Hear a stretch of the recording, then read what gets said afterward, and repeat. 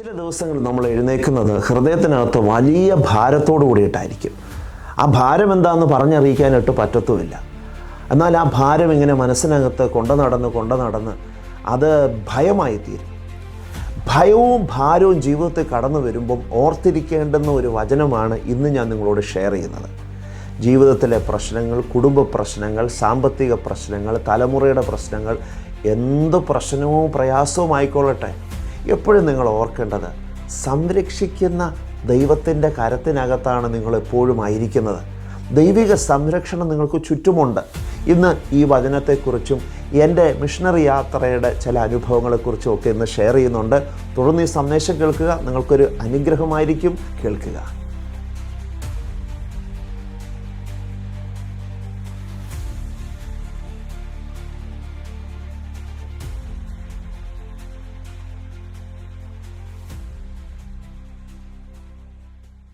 എല്ലാവർക്കും യേശുക്രിസ്തുവിൻ്റെ നാമത്തിലുള്ള സ്നേഹവന്ദനം.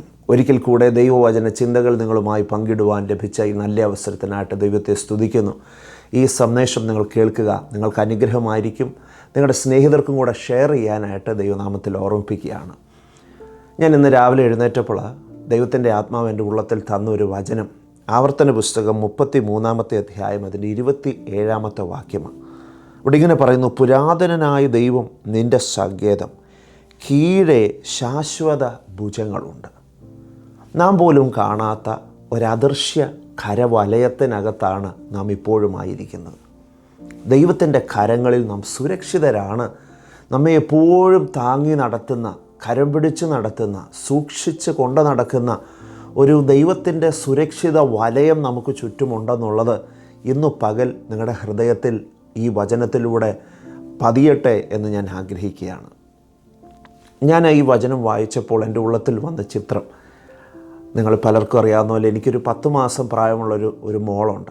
ഞങ്ങൾ ആ മോളെ ജനിച്ച സമയം മുതൽ അവളെ കൈകളിലാണ് കൊണ്ട് നടക്കുന്നത്. കാരണം ആ കുഞ്ഞിന് നടക്കാനുള്ള കഴിവായിട്ടില്ല. ഇപ്പോൾ അവൾ നടക്കാൻ ശ്രമിക്കുന്നു. അപ്പോൾ അവളുടെ ആദ്യത്തെ ജനിച്ച നാളുകളിലൊക്കെ അപ്പനും അമ്മയും കൈകളിൽ കോരിയെടുത്ത് എവിടെ പോയാലും ആ കുഞ്ഞിനെ എത്ര സൂക്ഷ്മതയോടെ കരങ്ങളിൽ വഹിച്ച് നടക്കുന്നു. ഇതുപോലെ ദൈവം നമ്മെ തൻ്റെ കരങ്ങളിൽ സൂക്ഷിച്ച് പരിപാലിച്ച് ലാളിച്ച് നടത്തുകയാണ്. ദൈവത്തിൻ്റെ ആ കരവലയത്തിനകത്താണ് നമ്മൾ ഇരിക്കുന്നത്. അതുകൊണ്ട് നമ്മൾ ഭയപ്പെടേണ്ട ആവശ്യമില്ല. ഭയം ജീവിതത്തിൽ കടന്നു വരുമ്പോൾ പ്രതികൂലങ്ങളെക്കുറിച്ച് അല്ലെങ്കിൽ മുമ്പിൽ വരുന്ന വെല്ലുവിളികളെക്കുറിച്ച്, പ്രയാസങ്ങളെക്കുറിച്ചൊക്കെയുള്ള ചിന്തകൾ മനസ്സിനെ അലട്ടുമ്പോൾ ഓർക്കുക, ഞാൻ എൻ്റെ യേശുവിൻ്റെ കൈകൾ സുരക്ഷിതനാണ്. ചില ദിവസങ്ങൾ നമ്മളൊക്കെ എഴുന്നേറ്റ് കഴിയുമ്പോൾ എവിടുന്നാണെന്നറിയത്തില്ല, ഒത്തിരി ഭാരപ്പെടുത്തുന്ന ചിന്തകൾ, പ്രയാസങ്ങൾ നമ്മുടെ ഹൃദയത്തെ വല്ലാതെ നിറച്ച് വെച്ചിരിക്കുന്നത് പോലെ തോന്നും. നിങ്ങൾക്കങ്ങനെ അനുഭവം ഉണ്ടായിട്ടുണ്ടോ? കട്ടിലിൽ എഴുന്നേൽക്കുമ്പോൾ തന്നെ എന്തോ ഭാരം മനസ്സിനെ ഇങ്ങനെ അലട്ടുന്നു. അത് ആരോടും പറഞ്ഞറിയിക്കാൻ പറ്റുന്നില്ല. അത് നമ്മുടെ ചിന്താമണ്ഡലത്തെ വളരെയധികം സ്വാധീനിക്കും. നമ്മുടെ സമാധാനത്തെ അത് ഇല്ലാതാക്കും. ആ സന്ദർഭങ്ങളിൽ നിങ്ങൾ ആവർത്തിച്ച് നിങ്ങളോട് തന്നെ പറയേണ്ടുന്ന വചനമാണ് ആവർത്തനം 33:27. പുരാതനനായ ദൈവം എൻ്റെ സങ്കേതമാണ്, എനിക്ക് കീഴെ ദൈവത്തിൻ്റെ ശാശ്വതമായ ഭുജങ്ങളുണ്ട്. ദൈവത്തിൻ്റെ കരങ്ങളിലാണ് ഞാനിപ്പോൾ ആയിരിക്കുന്നത്. ദൈവം എന്നെ സൂക്ഷിച്ച് വഴി നടത്തും. ഒരു കുഞ്ഞിനെ അമ്മ എങ്ങനെ കരുതുന്നു അതുപോലെ എന്നെ സൂക്ഷിച്ച് നടത്തുന്ന ഒരു ദൈവത്തിൻ്റെ പ്രൊട്ടക്ഷൻ എൻ്റെ മേലുണ്ട് എന്ന് വിശ്വസിക്കുക. ഈ വചനം നിങ്ങൾ നിങ്ങളുടെ കുഞ്ഞുങ്ങളോട് പറയണം കേട്ടോ. ഭയം ജീവിതത്തിൽ കടന്നു വരുമ്പോൾ അവരോട് പറയണം, ഭയപ്പെടണ്ട, യേശുവിൻ്റെ കൈക്കകത്ത് നീ സുരക്ഷിതനാണ്. യേശുവിൻ്റെ കരങ്ങളിൽ നീ സുരക്ഷിതനാണ്. നിന്നെ അപഹരിക്കുവാനോ, നിന്നെ ഭയപ്പെടുത്തുവാനോ, നിന്നെ ഉപദ്രവിക്കുവാനോ, നിന്നെ ഇല്ലായ്മ ചെയ്യാനോ ആർക്കും കഴിയില്ല. ഈ ഒരു സത്യം നിങ്ങൾ മനസ്സിലാക്കുക. ഞാൻ ഒരു സുവിശേഷകനാണ്. സുവിശേഷം എത്തിയിട്ടില്ലാത്ത, സുവിശേഷ വിരോധികൾ ധാരാളമുള്ള രാജ്യങ്ങളിൽ യേശുവിൻ്റെ വചനത്തെ പങ്കുവെക്കുവാൻ, സ്നേഹത്തെ പങ്കുവെക്കുവാൻ ഞാൻ യാത്ര ചെയ്യാറുണ്ട്. 2017 എൻ്റെ മാതാപിതാക്കൾ എന്നെ സുവിശേഷത്തിന് വളരെ പ്രതികൂലമുള്ള ഒരു രാജ്യത്തേക്ക് എന്നെ പ്രാർത്ഥിച്ച് അയച്ചത് ഞാൻ ഇന്നും ഓർക്കുന്നുണ്ട്. കൊച്ചി എയർപോർട്ടിൽ ഞാനിങ്ങനെ നിൽക്കുന്ന സമയത്ത് ഈ പോകുന്ന സ്ഥലത്ത് പരിചയക്കാരൊന്നുമില്ല.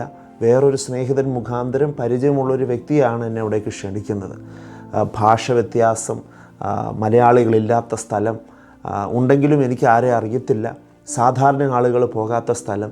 എന്നാൽ എൻ്റെ മാതാപിതാക്കൾ ആ എയർപോർട്ടിൻ്റെ മെയിൻ എൻട്രൻസിൽ അവിടെ എന്നെ കൈവച്ച് പ്രാർത്ഥിച്ച ആ പ്രാർത്ഥന ഇപ്രകാരമാണ്: ദൈവമേ, ഞാൻ എൻ്റെ മകനെ അങ്ങയുടെ സാക്ഷിയായിട്ട് സുവിശേഷത്തിന് വേണ്ടി പറഞ്ഞയക്കുകയാണ്. ഇവൻ പോയി മടങ്ങി വരുന്നതുവരെ ദൈവിക സംരക്ഷണത്തിൽ ഇവനെ പൊതിയണമേ. അങ്ങയുടെ കരം ഇവനോട് കൂടെ ഇരിക്കണം.